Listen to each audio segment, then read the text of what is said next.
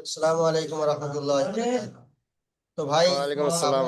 আপনার আলিফ থেকে ইয়া পর্যন্ত সমস্ত পড়া দেওয়া হয়ে গিয়েছে, আপনি পড়াটা শোনাচ্ছেন, তো শোনান, আলিফ থেকে শোনাবো। ঠিক আছে। আলিফ শুনতে পারছেন? জি, মাশাআল্লাহ, হয়েছে, বলেন। বা, তা, তারপরে সা, তারপরে জিম, কি বললেন? জিম, সিম নয়, আপনি বলছেন সিম, কিন্তু ওটা হবে। জিম নয়, জিম, জিম, হ্যাঁ, ওটা জিম, চেপে জিম। জিম। আচ্ছা, হ্যাঁ। তারপরে হা, তারপরে খ, তারপরে উম, দাল, তারপরে জাল, তারপরে র, তারপরে জ, কি বললেন? জ, হ্যাঁ, চেপে উচ্চারণ করেন, সা। জা, হুম, হুম, হুম, সিন, হুম, মাশাআল্লাহ। তারপরে শিন, তারপরে তোয়ার, সাদ। ত, এটা কি বললেন? দয়, দোয়াদ, জয়, দোয়াদ। দোয়াত, হ্যাঁ, দোয়াত, এটা হলো সোয়াদ, এটা হলো দোয়াদ, ঠিক আছে। দোয়াত, দোয়াত, হুম, সোয়াদ, দোয়াদ। দোয়াত, দোয়াত, মানে হচ্ছে তোয়া, তোয়া। তারপরে এটা হচ্ছে জ, জ। জ, তারপরে হ্যাঁ, আইন, আইন, আইন, আইন। তারপরে গাইন, আইন। তারপরে ফা, ফা। মাশাআল্লাহ। তারপর পড়েন। কাপ, এটা কি বললেন? কাপ, না, এটা কাপ। এই যেটা দেখতে পাচ্ছেন, এইটা কাপ। এটা এটা এটা কপ। এটা কপ। কপ, কপ, কপ, হ্যাঁ। তারপরে এটা হচ্ছে কাপ, কাপ, তাহলে এটা কপ, এটা কাপ, এটা কপ, এটা কাপ, ঠিক আছে। কপ, কাপ, তারপরে লাম, লাম। তারপরে মিম, মিম। তারপরে নুন, নুন। তারপরে ওয়াও, ওয়াও। তারপরে হা, হা। তারপরে হামজা, হামজা। তারপরে ইয়া, ইয়া, ইয়া। মাশাআল্লাহ, আপনার পিছনের আলিফ থেকে ইয়া পর্যন্ত খুব সুন্দর ভাবে হয়েছে, মাশাআল্লাহ। এক দু জায়গায় একটু গুলিয়েছে, ওটা ঠিক হয়ে যাবে, চেষ্টা করলে ঠিক হয়ে যাবে, ঠিক আছে। সোয়াদ, জি, সোয়াদ, হ্যাঁ, দোয়াদ। আর এখানে সোয়াদ, কপ। দোয়াত, কপটা নিয়ে আপনি প্রথমে কাপ কপ, বলেছিলেন। কপ, কপ, কাপ, কপ, তারপরে কাপ। তো এই দুটো জায়গায় একটু ভালো করে দেখে নেবেন। আর হুম, চলেন, নতুন সবক দিয়ে দিই অল্প করে, ঠিক আছে। হুম, সবক নাম্বার 2। হুম, তো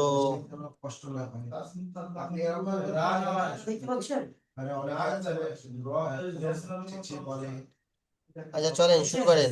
এইটা দেখেন, আমি হুম, আপনাকে যেমনটা দেখাচ্ছি তেমনটা দেখেন। জি, বলেন। এটা হলো কি? আলিফ, তাই না? আলিফ, জি, এটা হলো আলিফ।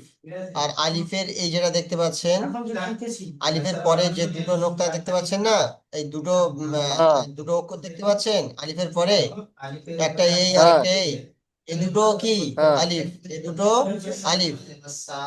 আলিফ, আর এই যে প্রথম যে আলিফটা ব্র্যাকেটের ভিতরে আছে, গোল রাউন্ডের ভিতরে আছে চারকোনা, এই আলিফটা হলো হ্যাঁ, আসল আলিফ, মানে উপরে যেরকম আলিফ, পড়েছেন আসল রূপে, বুঝতে পারছেন? হ্যাঁ হ্যাঁ আলিফের আসল অবস্থায়, আসল রূপ, অরিজিনাল রূপ, ঠিক আছে। হ্যাঁ তারপরে যে সমস্ত অক্ষরগুলো আসছে আলিফের অন্যান্য যে সমস্ত দেখতে লাগছে না একটু আলিফের মতন, এইগুলো হলো আলিফের হ্যাঁ নকল রূপ। কি রূপ? নকল রূপ। হ্যাঁ এই সমস্ত আলিফ গুলো কখন আসে জানেন? এই হ্যাঁ সমস্ত আলিফ গুলো যখন আহ, টানা হাতের যখন লেখা আসবে, যখন আরবি লেখা একত্রিত ভাবে অনেক লেখা যেমন আসবে, যখন কোরআন শরীফ পড়বেন তখন একত্রিত ভাবে লেখা আসবে, তাই না? তখন তো আর এরকম হ্যাঁ ছাড় ছাড় ভাবে লেখা আসবে না, যে আলিফ বা তা হ্যাঁ এরকম ছাড় ছাড় ভাবে তো লেখা আসবে না। তখন একটা না অক্ষর অন্য অক্ষরের সঙ্গে জুড়ে জুড়ে লিখতে হয়, তাই না? লেখা আসে। হ্যাঁ যেমন আপনি ইংলিশ যখন কোনো বাচ্চা শেখে প্রথম থেকে কি করে, ABCD লেখা লেখা শেখায় এবং পড়া শেখায়, তাই না? হ্যাঁ কিংবা যখন হ্যাঁ সে বড় হয়ে যায় উঁচু ক্লাসে যখন পড়ে তখন কিন্তু ওই যখন ইংলিশে হাতে লেখা করতে হয় তখন কিন্তু প্রতিটা অক্ষর এরকম আলাদা আলাদা ভাবে লেখা হয় না, তাই না? প্রতিটা অক্ষর যখন হ্যাঁ টানা হাতে লেখা হয় একসঙ্গে টানা হাতে লিখতে হয়। সিগনেচার বা সাইন করার সময় কি করি, একসঙ্গে টানা হাতে সব একসাথে একটা অক্ষরের সঙ্গে আরেকটা অক্ষর জুড়ে জুড়ে লিখি। তো তেমনি হ্যাঁ আরবি অক্ষর যখন টানা হাতে যখন আসবে, যখন একটা ওয়ার্ড পুরোপুরি একটা ওয়ার্ড আসবে তখন একটা অক্ষরের সঙ্গে অন্য অক্ষর জুড়ে আসবে, যখন জুড়ে জুড়ে আসবে তখন ওই জোড়ার ভিতরে এইরকম ধরনের অক্ষর আকৃতি গুলো আসবে, যেহেতু একটা অক্ষর আরেকটা অক্ষরের সঙ্গে জুড়তে গেলে আকৃতিটা একটু অন্যরকম হবে, তাই না? হ্যাঁ আপনি তো দেখেছেন ইংলিশে টি বলেন, এফ বলেন, আর বলেন, এগুলো হচ্ছে কি আসল রূপের থেকে যখন টানা হাতে লিখবেন সিগনেচার করবেন তখন এগুলো দেখতে একটু অন্যরকম হয়ে যায়। তো এগুলো ঠিক তেমনই। হ্যাঁ তাহলে এটা হলো আলিফের আসল রূপ আর এগুলো হলো আলিফের আলি নকল রূপ। জি। হ্যাঁ তারপরে দেখেন বা। এটা কি? বা। বা এটা হলো বা। এটা হলো বায়ের আসল রূপ আর হুম এগুলো হচ্ছে বায়ের নকল রূপ, ঠিক আছে। হ্যাঁ হ্যাঁ এবার এই নকল রূপ নকল রূপ কটা বা? দুটো বা, তাই না? হ্যাঁ এর ভিতরেও একটা বোঝার জিনিস আছে।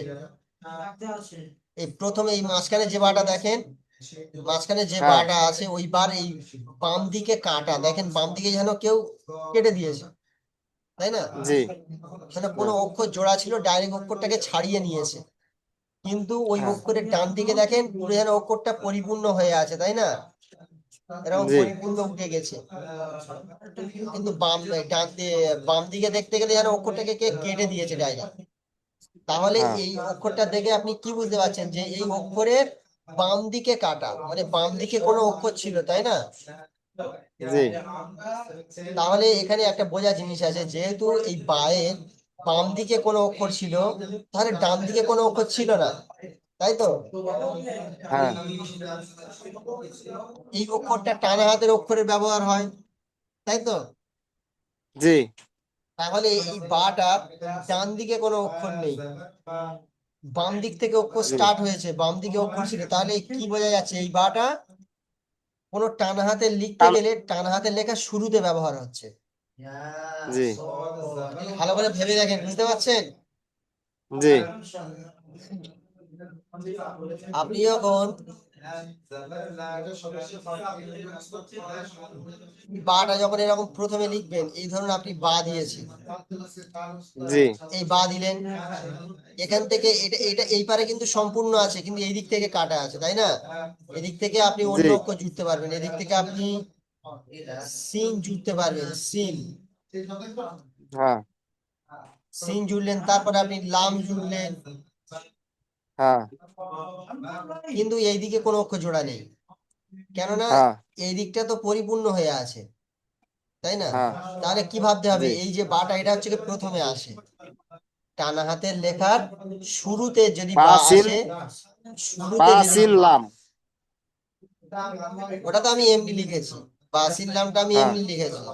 আমি আপনাকে হ্যাঁ বোঝানোর চেষ্টা করছি যে এই যে বাটা আছে, এই যে বাটা আছে, এই বাটা টানা হুম, হাতের লেখার শুরুতে যদি বা জোর যুক্ত করা হয়, কোনো টানা হাতের লেখার শুরুতে যদি বা লেখা হয় তাহলে দেখতে যেমন লাগবে এই বাটা দেখতে তেমন, বুঝতে পারছেন? জি জি তারপরে যে বাটা আছে দেখেন, এই বাটা দুই দিকে কাটা আছে। জি, কয় দিকে? দুই দিকে। দুই দিকেই কাটা আছে। তার মানে এই বাটা থেকে কি বুঝতে হবে? এই বাটা টানা হাতের লেখার মাঝখানে আসে। অর্থাৎ এই হ্যাঁ, বায়ের দুই দিকে দুটো অক্ষর জোড়া ছিল, আর দুই দিকে দুটো অক্ষর হ্যাঁ, জোড়া যাবে, তাই না? তাহলে হ্যাঁ, এই হ্যাঁ, বায়ের যে গেট আপটা আছে, যে আকৃতিটা আছে, এই বাটার উপরে, এই আকৃতিটার উপর ভিত্তি করে এটা বলা যেতে পারে যে এই বাটা মাঝখানে ব্যবহার হয়, টানা হাতের লেখার জি, মাঝখান বরাবর ব্যবহার হয়। যেহেতু এই বাটা দুই সাইডে দুটো অক্ষর জুড়তে পারবে, মানে এই অক্ষরটা মাঝখানে আসতে পারে। এই মাঝখানে জি, বা যদি কোনো সময় মাঝখানে লেখা হয় টানা হাতের মাঝখানে, তাহলে দেখতে যেমন আকৃতি আসবে এই বাটার আকৃতিটাও ঠিক তেমন। জি। আপনি কি আমার কথা বুঝতে পারছেন? না বুঝতে না পারলে বলবেন। হ্যাঁ, বুঝতে পারছি, বুঝতে পারছি। জি, তাহলে প্রথম বাটা হচ্ছে টানা হাতের লেখা শুরুতে আসলে যেমন দেখতে হয় তেমন। তারপরের বাটা যেটা দেখতে পাচ্ছেন, ওই বাটা হলো টানা হাতের লেখার মাঝখানে যদি বা লিখতে হয় এমন ভাবে লিখতে হবে, বা এমন ভাবে লেখা আসবে আপনি যখন কোরআন শরীফ পড়বেন। বুঝতে পারছেন? হুম, জি, তাহলে প্রথম বাটা হলো আসল বা, এই যেটা ব্র্যাকেটে আছে এটা হচ্ছে বায়ের আসল রূপ। পরে যে দুটো দেখতে পাচ্ছেন হ্যাঁ, এই দুটো হলো বায়ের নকল রূপ। বুঝে এসছে? হ্যাঁ,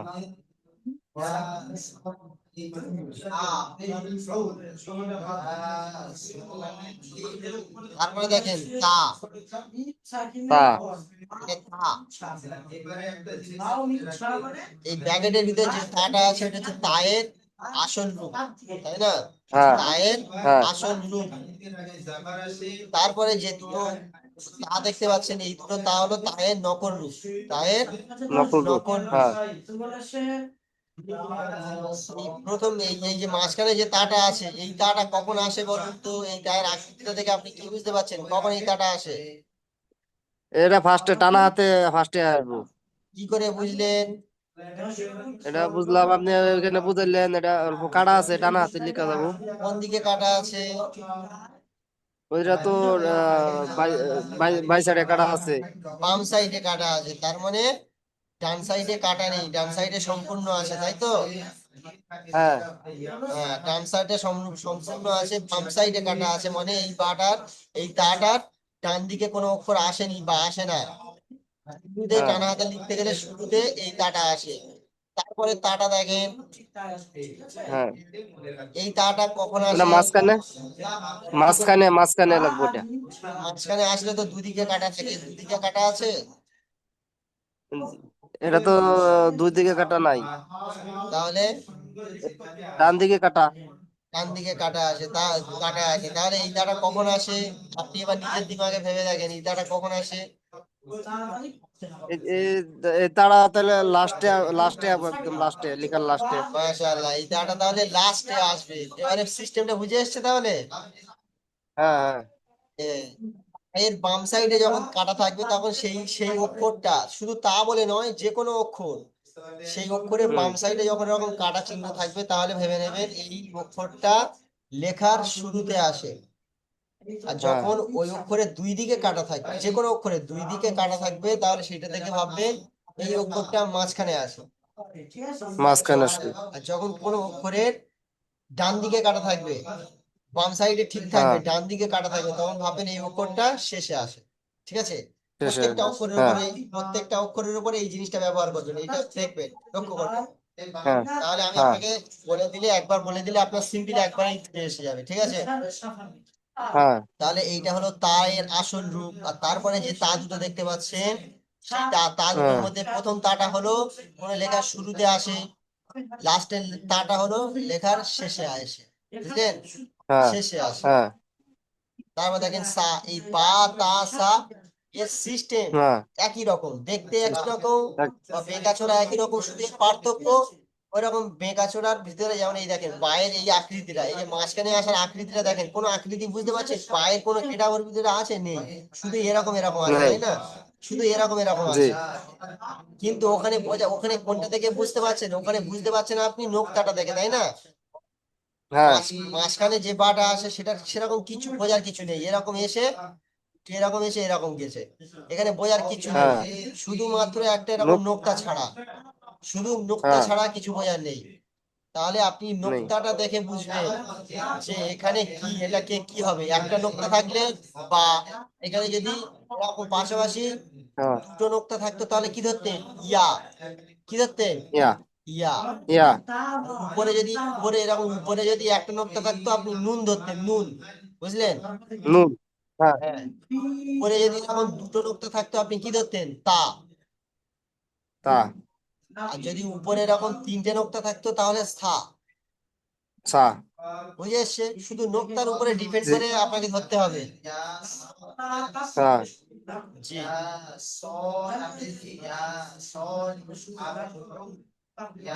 আচ্ছা, তারপরে দেখেন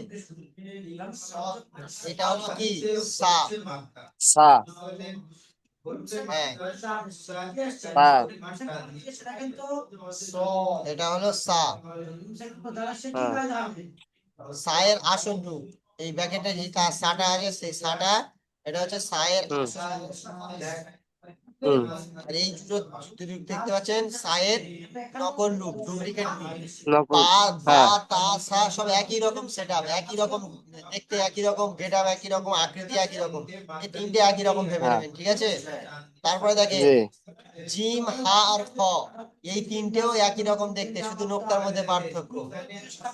নর্তক্য পার্থ, হ্যাঁ, হ্যাঁ, শুধু নোক্তার মধ্যে পার্থক্য দেখেন, আপনি বুঝতে পারবেন। এই যেমন দেখেন জিম, জিমের কোথায় নোক্তা? হুম, পেটে নোক্তা, অর্থাৎ নিচে নোক্তা বললে চলবে, ঠিক আছে? হ্যাঁ, জিমের হ্যাঁ, নিচে নোক্তা। এটা হলো জিমের এই কাটা, মানে কাটা অংশ। এটা হলো জিমের হ্যাঁ, ডুপ্লিকেট রূপ, তাই না? ডুপ্লিকেট রূপ। এই জিমটাও জিমের ডুপ্লিকেট রূপ, বুঝতে পারছেন? হ্যাঁ, কেটে চলে এসেছে। তো তাহলে এটা হলো জিমের আসল রূপ আর এই দুটো জিমের ডুপ্লিকেট রূপ। আপনার আচ্ছা বলেন হ্যাঁ। তো এই দুটোর মধ্যে যেটা প্রথম যে জিমটা আছে ওই জিমটা কখন আসে? জিম ফার্স্টে তো ফার্স্টারটা আসবে। হ্যাঁ, ওই যে জিমটা আছে ওটা জিম ফার্স্টে এটা, আসবে। এটা তারপরে ফার্স্টারটা, লাস্টে যে জিমটা আছে এই জিমটা কখন আসে? এই জিমটা কখন আসবে বলেন? এই জিমটা কখন আসতে পারে? টানা টাকা এই জিমটা মাঝখানে পড়তে পারে। মাঝখানে আসবে, ঠিক বলেছেন একদম। এই জিমটা মাঝখানে হ্যাঁ, আসবে, মা- আসছে। হ্যাঁ, হ্যাঁ, মাশাআল্লাহ। তারপরে দেখেন এই অক্ষরটি হলো হা, এটা হলো হায়ের আসল রূপ, তাই না? হ্যাঁ, এটা হলো হায়ের আসল রূপ। তো হায়ের ডুপ্লিকেট রূপ অর্থাৎ নকল রূপ হলে তারপরে পিছনে দুটো আছে হায়ের নকল রূপ, তাই না? আচ্ছা বলেন তো এই যে হ্যাঁ। হাটা আছে এই হাটা কখন আসে? এই হাট আসবে ফার্স্টে, আর সেকেন্ড হাট আসবে লাস্টে। লাস্টে। আচ্ছা, এই যে আপনি এটাকে এখন হা ধরছেন, ঠিক আছে? আর আমি যদি হ্যাঁ, এই হায়ের নিচে যদি এখানে একটা নোক্তা দিয়ে দিই তাহলে এটাকে কি পড়বে? হায়ের নিচে নোক্তা পড়লে তো এটা তো কি হবে, এটা তো বুঝতে পারা যাচ্ছে না। জিম হবে, এই তো দেখতে পাচ্ছেন ওই না যে এই বোকা। জিম হবে, জিম জিম, এই দেখতে পাচ্ছেন এখানে, জিম, হ্যাঁ, দেখতে পাচ্ছেন এই হ্যাঁ, হ্যাঁ, জিম, জিম, জিম হয়ে যাবে। আর এই যেমন লাস্টের হা, হা জিম আর খর আকৃতি একই রকম, নোক্তার মধ্যে পার্থক্য। হ্যাঁ, আয়ের মধ্যে কোনো নোক্তা নেই, হা হ্যাঁ, নোক্তা বিহীন, হ্যাঁ, কোনো নোক্তা নেই। জিমের নিচে হ্যাঁ, একটা নোক্তা আছে আর খয়ের হুম, উপরে একটা নোক্তা আছে, খয়ের উপরে নোক্তা, জিমের হ্যাঁ, নিচে নোক্তা, জিমের নিচে নোক্তা, খালি। হ্যাঁ, বুঝতে পারছেন? এখানে হ্যাঁ, এই হায়ের এখানে যদি একটা নোক্তা দিয়ে দিই তাহলে এই হাটাও জিম পড়তে হবে, তাই না? জি, জি। আচ্ছা, তারপর দেখেন খ, সব একই হ, রকম। জিম, হা, একই খ রকম। সব একই রকম, তাই না? এই খটা কখন আসবে? তোমার শুরুতে। আর এই খটা কখন? একটা ফার্স্টে, ফার্স্টে আর লাস্টে। এটা লাস্টে নয়, এটা মাঝখানে, মাঝখানে। মাঝখানে। মাঝখানে। হ্যাঁ, তারপর দেখেন দাল আর জাল, দাল জাল, এই যে পরস্পর দুটো আছে দাল আর এই জাল, তো কি হ্যাঁ, একই রকম, শুধু নক, পার্থক্য কোথায়? নক্তার কারণে। নোক্তার কারণে। কোনো নোক্তা না থাকলে তাকে বলা হবে দাল, আর হুম, নোক্তা থাকলে বলবে জাল। তাকে বলা হবে জাল। ঠিক আছে? হ্যাঁ, জি, আপনি ওই আসল লেখাটা দেখে নকল লেখার সঙ্গে মেলাবেন, মিলিয়ে মিলিয়ে পড়াটা করবেন আজকে, ঠিক আছে? আরো জি, এক লাইন দিই। আচ্ছা, তারপরে যে দেখতে পাচ্ছেন এটা হলো র। এটা কি? র, র। র, হ্যাঁ, র। আরো একটা আছে দেখেন সা। এটা কি? যা, সা। যা, র আর যা দেখতে একই রকম, পার্থক্য কোথায়? নোক্তার মধ্যে। নোক্তা, রয়ের উপরে নোক্তার কোনো মাঝে, নুক্তা নেই। রয়ের উপরে কোনো নুক্তা নেই, ঠিক আছে? হ্যাঁ, আর হ্যাঁ, জায়ের উপরে নুক্তা আছে। জি, বুঝে আসছে? হ্যাঁ, আচ্ছা, এই দাল জাল জি, আর রজা, জি, দাল জাল হ্যাঁ, রজা, এই চারটে অক্ষরের বিষয়ে হ্যাঁ, একটা নতুন জিনিস শিখিয়ে দিই। এই চারটে অক্ষরের বিষয়ে একটা নতুন জিনিস শিখিয়ে দিই, বুঝতে পারছেন?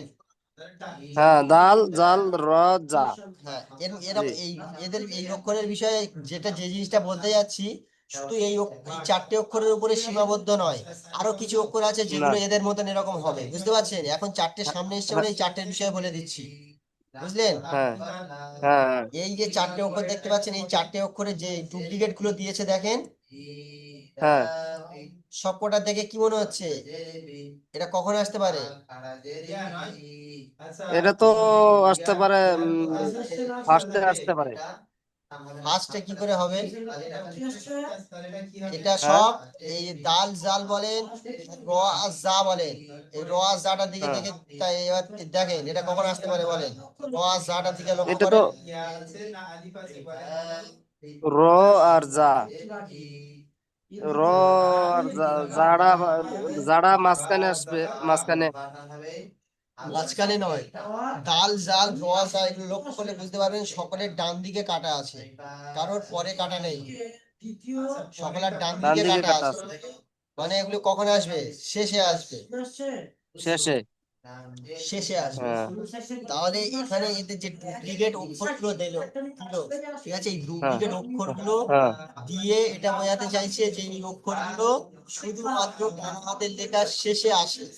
ডান হাতের লেখার শেষে এসে, যখন কোনো অন্য অক্ষরের সঙ্গে মিলিয়ে লিখতে লিখতে যাবেন, তখন এই অক্ষরগুলো হ্যাঁ, শেষে লিখতে হবে, না হলে এই অক্ষরগুলো আলাদা ভাবে জি, লিখতে হবে, যেরকম আসল অক্ষরগুলো যেরকম আলাদা আলাদা ভাবে আছে না, দাল জাল, হ্যাঁ, ওই রকম হয়, ওই রকম হতে হবে, ওই রকম লিখতে হবে, না হলে কোনো অক্ষরের পরে লিখতে হবে। এই দাল জি, জাল র জা এর পরে কোনো অক্ষর জোড়া যাবে না, বুঝতে পারছেন? যদি জোড়া যেত জি, তাহলে এখানে দিত, তাই না? এখানে দেয়নি। আর হ্যাঁ, জুড়লে এই অক্ষরগুলোর কোনো অস্তিত্ব থাকবে না। যেমন আমি আপনাকে দেখিয়ে দিচ্ছি, দেখেন এই হলো দাল, তো দালের পরে যদি হুম, আমি একটা অক্ষর এরকম জুড়ি, দালের পরে আমি কি জুড়বো? দালের পরে কি জুড়বো? কিছু জুড়লে দাল থাকবে না। ধরুন এই আমি দাল দিলাম, এই হলো দাল, হ্যাঁ, এই হলো দাল। দালের পরে আমি কোনো অক্ষর জুড়লে কিরকম হবে দেখেন, দালের পরে ধরুন আমি লাম জুড়ছি, লাম, লাম, কেউ বলবে এটা দাল, জি কেউ না, বলবে এটা দাল, কেউ বলবে না। কিন্তু আমি ধরুন লামের পরে দাল জুড়ছি দেখেন, এই ধরুন লাম, এই দাল, এই হলো লাম, হ্যাঁ, এই দাল, ঠিক আছে? ওই জন্য হ্যাঁ, দালের বলে, যেমন আমি রটা লিখছি দেখেন, আমি র এর পরে সিন লিখছি, র এর পরে সিন লিখছি দেখেন, হুম, সরি, যেহেতু রয়ের পরে কোনো অক্ষর হয় না, তাই না? রয়ের আগে অক্ষর হয়, জি, তাহলে আমি রর আগে অক্ষর হবে, রয়ের আগে, সবসময় র শেষে হবে, ধরুন আমি সিনটা রয়ের সঙ্গে যোগ করব, তাহলে সিনটা আমি কখন আনবো? রয়ের আগে আনবো, তাই না? হ্যাঁ, কিন্তু আমি যদি রয়ের পরে আনি তখন কি রটা বোঝা যাবে? বোঝা যাবে না। দেখেন এই হলো র, ঠিক আছে? এবার আমি এখানে সিনটা হুম, জুড়বো, কিভাবে জুড়বো? আমি সিনটা এরকম ভাবে জুড়লে কি রটা বোঝা যাবে? যে ওখানে র আছে, এখানে র আছে, বোঝা যাবে? না, কিন্তু যদি আমি এরকম করি, ধরুন প্রথম আমি সিন দিলাম, তারপরে ধরুন আমি এই র দিলাম, সিনও বোঝা হুম, যাচ্ছে, র বোঝা যাচ্ছে, তাই না? হুম, জি, এটাই সেই কারণে হচ্ছে রয়ের আগে অক্ষর আসে, রয়ের পরে অক্ষর আসে না। তাহলে এই চারটে অক্ষরের বিষয়টা দেখে নেবেন। আরো অক্ষর আছে, সেই অক্ষরগুলো আসলে আমি বলে দেবো আপনাকে, বুঝলেন? জি, যেটা এদের মতন যেগুলো হবে সেগুলো আসলে বলে দেবো।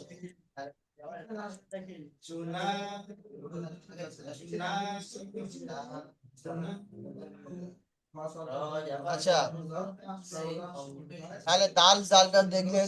এবার দেখেন সিন। সিন। হ্যাঁ, সিন। হুম। এটা হলো সিনের আসল রূপ, তাই না? হ্যাঁ হ্যাঁ। আর তারপরে যে দুটো আছে ওই দুটো হচ্ছে সিনের সিনের ডুপ্লিকেট। ডুপ্লিকেট রূপ। ডুপ্লিকেট। জি। হুম। এই যে এটা সিনটা ফার্স্টে দেখলেন, আসবে, এই সিনটা হলো ওটা ফার্স্টে মাঝখানে আসবে। আসবে। হ্যাঁ, এই সিনটা হ্যাঁ হলো ফার্স্টে আসবে, আর তারপরে যে সিনটা আছে ওটা হচ্ছে মাঝখানে আসবে। যেহেতু প্রথম হ্যাঁ সিনটার ওই মাঝখানে যে দুটো ডুপ্লিকেটের, প্রথমটার বাম দিকে হ্যাঁ কাটা আছে, সেই জন্য এটা প্রথমে আসবে, সেটা বোঝাতে চাইছি। হ্যাঁ। তারপরে যেটা আছে সেটা দুদিকে কাটা আছে, মানে এটা মাঝখানে আসবে, এটা হুম, বোঝাতে চাইছে।